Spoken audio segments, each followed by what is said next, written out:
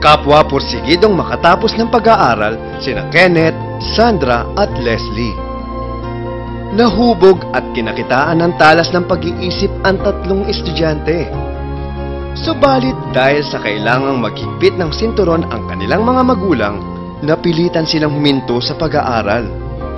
Akala ng tatlong kabataan, katapusan na ito ng kanilang pangarap na maiangat ang buhay ng kani-kanilang pamilya. Nung graduate po ako, sinabi ko po sa kanila gusto ko po mag-nursing. Sabi po nila, pag-aaralin po nila ako. Pero nung time na malapit na po yung enrollan, kinausap na po nila ako sa bahay pa lang na may possibilities daw po na hindi ako makapag-aral kasi nga po hindi po nila kakayanin. Kasi po yung kapatid ko po, pinaghahandaan din po nila magka-college din po. Mahirap pong mag-aral dito, gawa po ng malayo at saka medyo malaki pong pera ang kailangan para makapag-aral dito. Since dalawa lang po kaming magkapatid sa pamilya, pero yung isa kolehiyo na rin po. So parang medyo magiging pabigat kami pareho kasi medyo mabigat na po magpaaral ng kolehiyo. Abot langit nga daw ang dasal ng tatlo na sana'y maipagpatuloy ang pag-aaral sa kolehiyo. At nang mabalitaan ang tulong na ibinabahagi ng A-Smile, ang dasal nila nasagot na. Tinanggap ng tatlong kabataan ang scholarship grant mula sa A-Smile. Opo, pinadala po nila sa akin yung mga credentials ko po. Tapos in-interview po nila ako. Tapos sabi po sa akin nung Smile, ayan, makakapag-aral ka na. Ano bang course kukuhanin mo? Sabi po nilang gano'n. Sabi ko po gusto ko po mag-nursing. Siyempre po, tuwan-tuwa po ako. Niyakap nga po ako nung mga tao po dun sa office. Kasi siyempre po, sino ba namang wala ka ng pag-asa makapag-aral tapos biglang dumating yung Smile. Ayun po, parang inaisip ko matutupad na yung pangarap mo, guys. Pero nang dahil po sa Smile, nang ituloy ko po yung pag-aaral ko dito sa UPLB. So hindi po nasayang yung opportunity na makapag-aral ako sa isang magandang eskwela.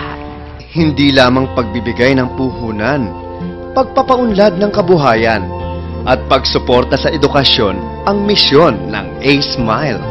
Maging ang mga walang tahanan at kababayan nating sabik sa kalinga ay suportado ng samahan. Tulad na lang ni Brian Balana. Sa murang edad ay naging tahanan ang malamig na kalsada. Simula nang lumaya sa kanilang tahanan sa Legazpi, Albay, magulo ang naging buhay ni Brian. Walang trabaho, madalas mapagdisketahang snatcher, at ang basura ang pamatid sa kumakalam niyang tiyan. Nangangalkal po ng basura, tapos yung mga nakakuha kong plastic, mga lata ng Coke, binibenta ko po.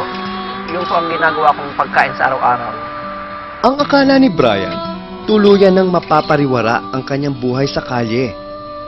Pero ang madilim na karanasan, muling nagliwanag.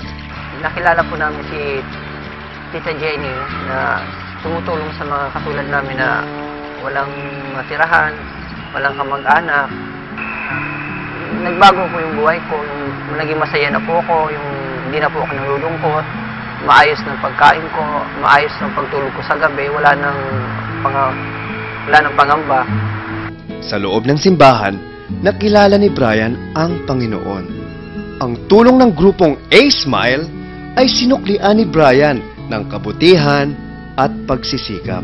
Umaawit po sa simbahan, tapos volunteer, tapos naglalaba din po ako ng damit ng mahal namin Monsignor.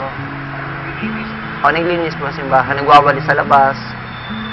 Hindi ka na-api-apihin kasi nasa tahanan ka na ng Diyos, maayos na kalagayan mo.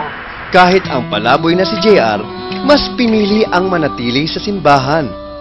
Sa tulong din ng A-Smile, kaysa daw maging pabigat sa pangalawa niyang pamilya. Pagka kumakanta po kami, kada po misa, binibigyan po kami ng pera ni Tita Jen pagkatapos po kumanta. Tapos po yung pera na po yun, binibigay ko po sa step family ko. Makakatapos po ako ng pag-aaral ko, tapos matutulungan ko po yung family ko. Ngayon, para kay Brian at JR, binuo ng A-Smile ang kanilang pagkatao. Mas naging responsable silang mamamayan na may takot sa